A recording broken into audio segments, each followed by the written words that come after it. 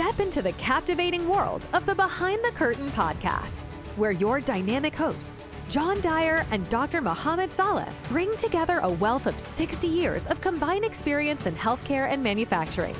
Join us every week as we delve into intriguing topics, weaving unscripted conversations that promise to take you on an unpredictable and enlightening journey. Gain valuable insights for your continuous improvement adventure as we navigate uncharted territories with enthusiasm and expertise. Welcome to a podcast that goes beyond the ordinary, unraveling the mysteries behind the curtain of knowledge. Hello, everyone, and welcome to another episode of Behind the Curtain. I'm your host, Mohamed Saleh, and with me is my co-host, John Dyer. And today we're going to continue our conversation on leadership characteristics. Now, we've talked about 6 characteristics so far. We started off talking about being a selfless leader. And then we moved from that conversation and talked about the importance of being a Gemba-focused leader. Then we moved from there and talking about the importance of respecting every individual.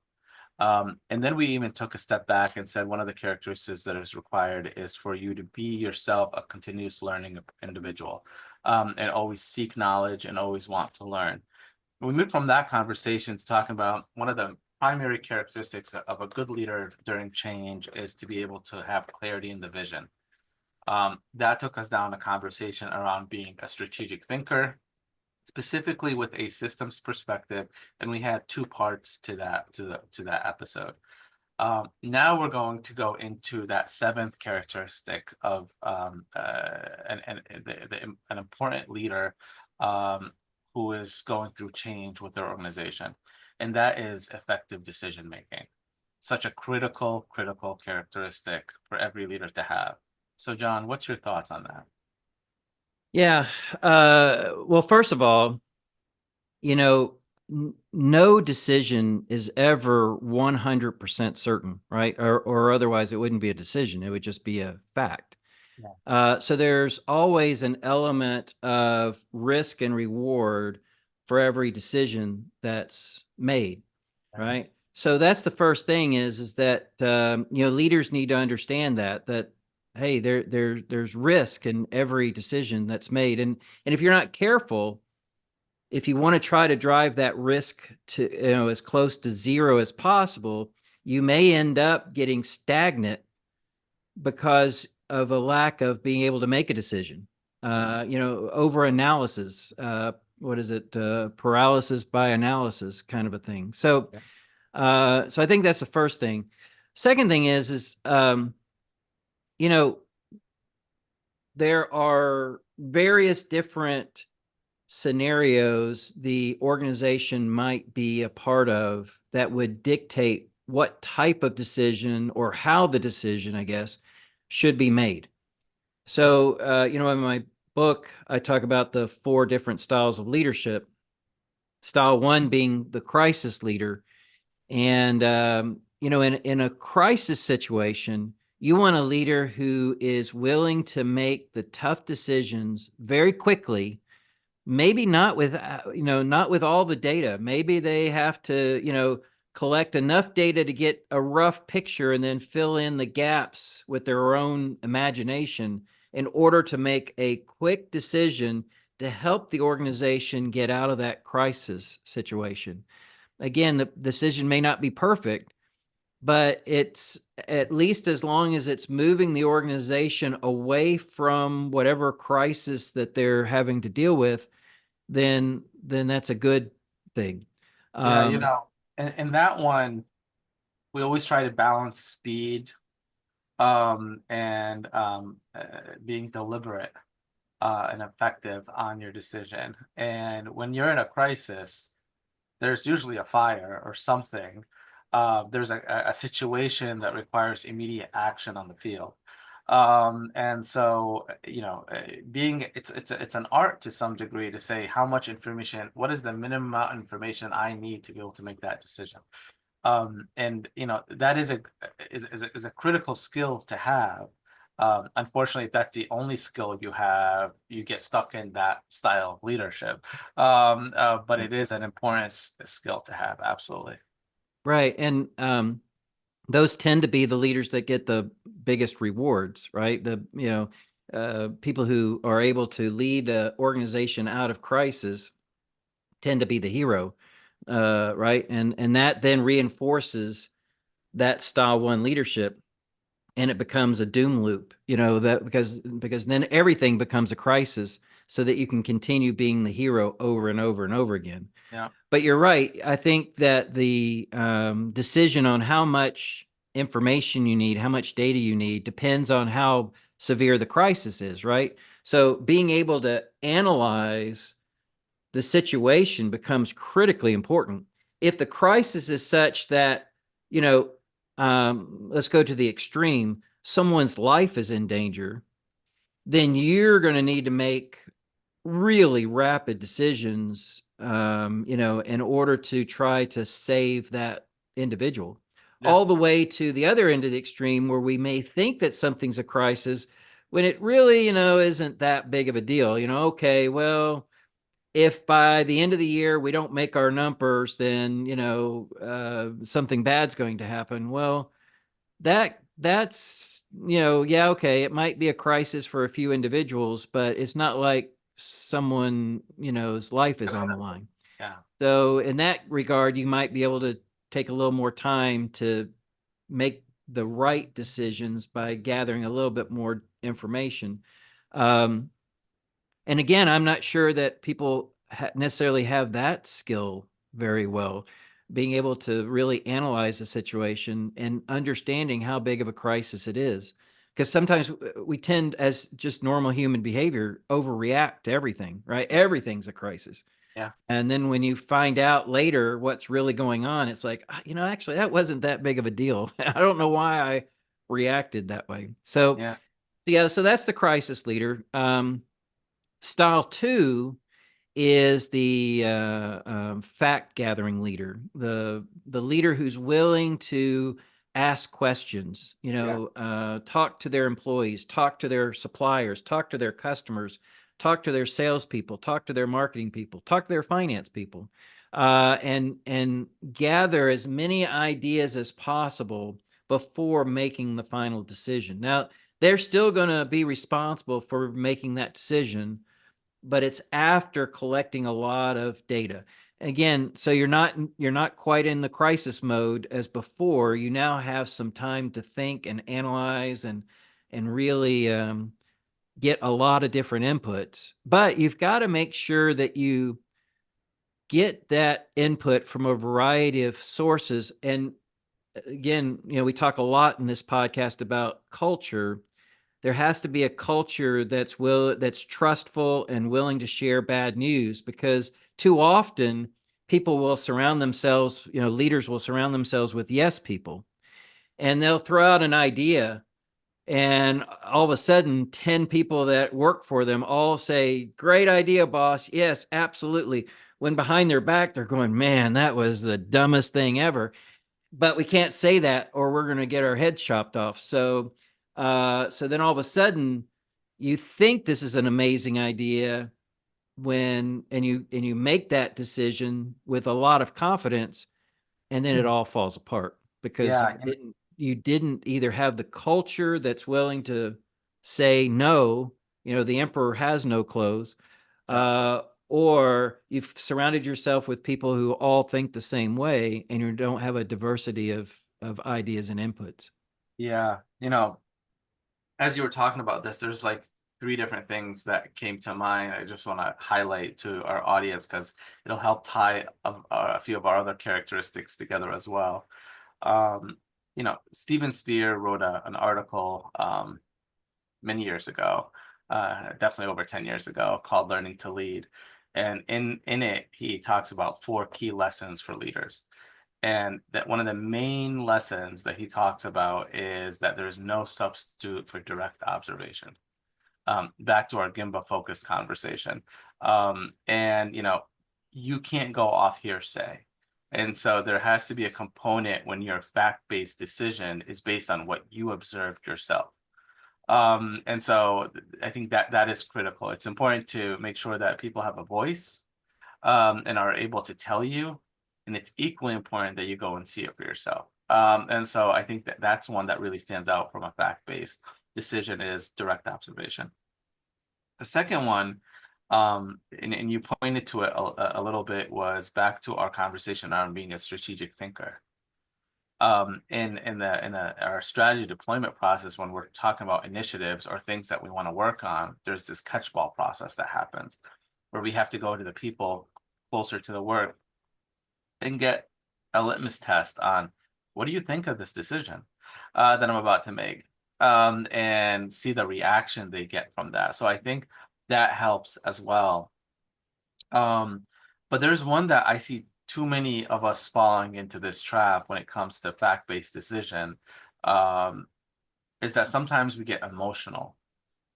We're tied to a metric, as you alluded to, and that metric might be driving the wrong behavior, and so we get emotional over it. So we make decisions based on that, and a lot of times those decisions are for the short-term gains versus the long-term vision.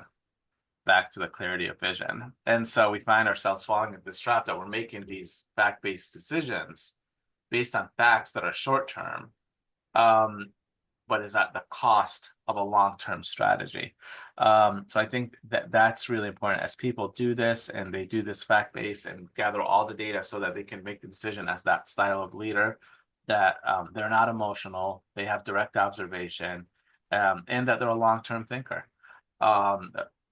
Yeah, and take that another step, and this is where it really gets ugly, is if leaders are making decisions more on for their own benefit, kind of like corporate politics.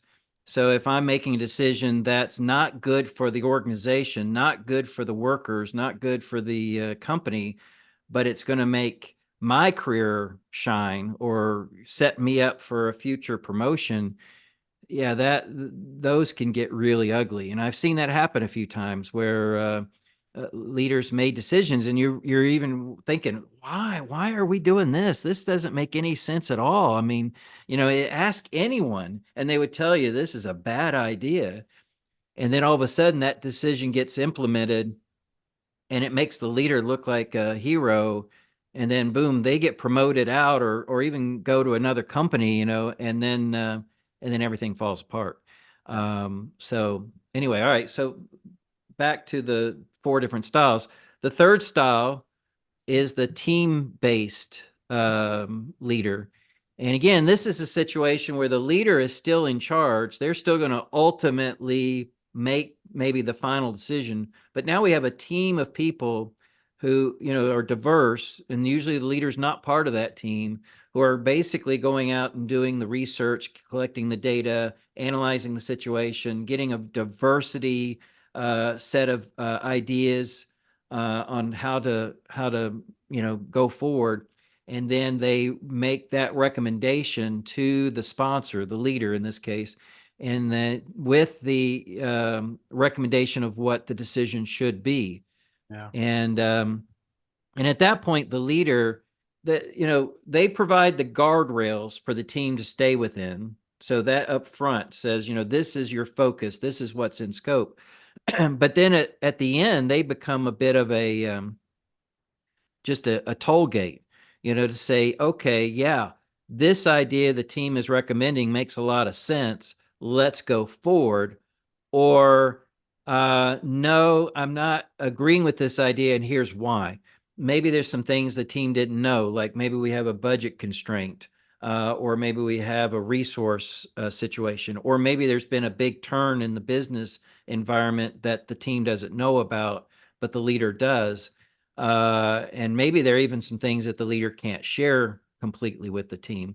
But the idea, see, and when I teach classes on this, when that happens, the leader should feel as bad as the team does, because something failed in that process. Either the leader didn't give them good enough instructions, or provide enough guardrail information or scope information. and it allowed the team to go down the wrong path. Yeah. So, the sponsor of the team needs to feel just as good or bad as the team does with success or failure. Yeah. What I love about what you're talking about, the output that this has on change. Because as you do that, you're going to get into this situation where you're gonna start building trust with the team.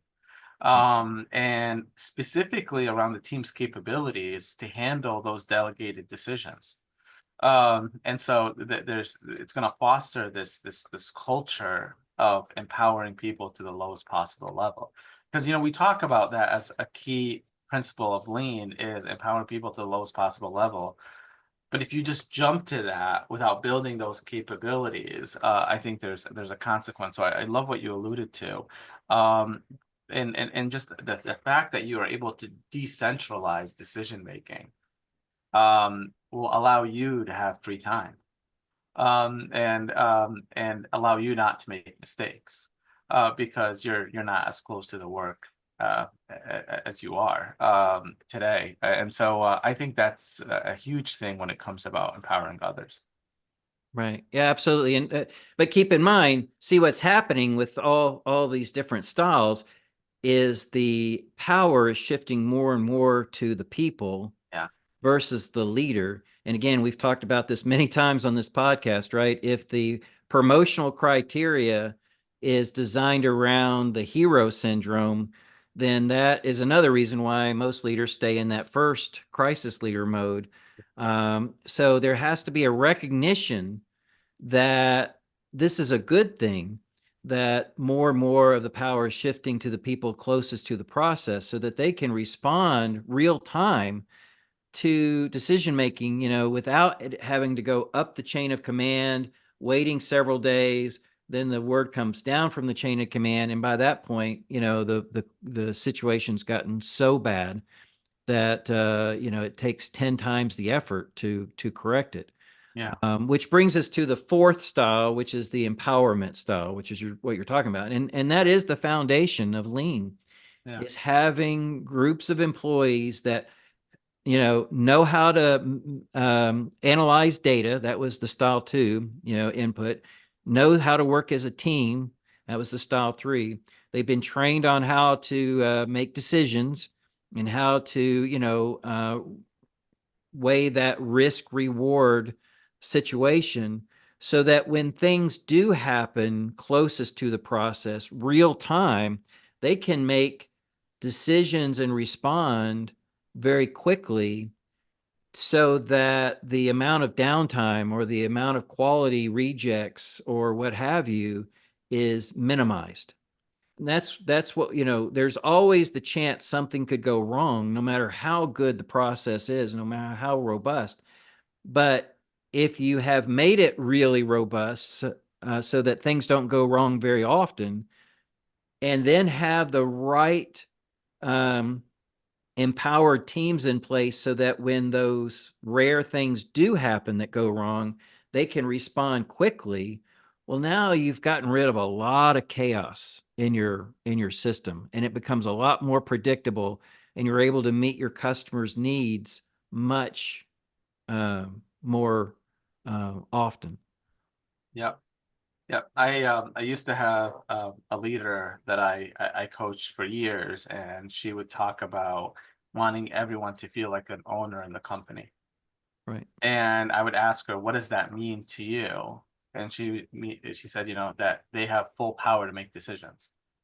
But you said something that I want to come back to, and it might fall into the style 1 and 2 because it's fact-based as well as crisis mode sometimes. Is that if I am a leader that has more of that power at that point, and I'm the one that's making those decisions, and I'm deliberately thinking long term versus short term, and I'm weighing the speed and the deliberate need to investigate a little bit more. I still need to be able to self-reflect and learn from my mistakes. And so, and this is just my assumption, but I'm sure I'm not the only one in this situation. If I make 10 decisions today, there's probably at least 2 or 3 of them that were wrong. Okay. And am I going to the Gemba? Am I engaging my team? Be like, hey guys, out of the 10 decisions I made over this week or over this day, which ones were wrong? And help me learn from that. How many leaders go out there and do that? To go seek which decisions were wrong and try to do a root cause of why I made those wrong decisions. Was it because I rushed without facts? Was it because it was off hearsay? Was it because I fell into a crisis mode when there was no crisis to be had? Was it because I didn't ask the right people or empower the right people? Was it because the team issue? But cultivating this culture where people support experimentation, even at my level, would send a signal that it's okay if you fail at your decision because we're all not perfect. Even the decisions I make are not perfect. Yeah, and that's the whole power of plan, do, check, act, right? Yeah. Is no matter how good the plan is, you still need to do that experimentation to the scientific thinking to try over and over and over again. And one of Dr. Deming's phrases that I really liked is you have the unknown and the unknowable. So there are some facts that just aren't known. Yeah. And we have to make decisions based on situations where it's impossible to know what those facts really are. There's weak signals, but there's no facts. Yeah. Right. And then we have to basically either, do a gut decision or, like I said, weigh the risk reward, or try things on a small scale over and over and experiment until we get to something that works. Yeah. But I do think too often, especially the higher the leader is in the organization, the more they are scared to admit that they made a bad decision. And sometimes they'll make a bad decision and just run with it. Even though everybody's admitting, oh man, this is awful. We're really we're heading in the wrong direction. But because that leader is unwilling to admit that they made a bad decision, they just keep It's going. like a sunk cost syndrome at that point. Is they're going to double down on a bad decision because they don't want to admit almost to themselves that it's a bad decision. So maybe if I invest more of it, I could prove that it is the right decision, and then it just goes off the guardrails. And I don't want to ask anyone about it because I know what they're going to tell me because I even know what they're going to tell me, but I just can't admit it because I'm not vulnerable enough. Which I maybe is something we could end on is. You need to be adaptable, you need to be flexible, and you need to be transparent.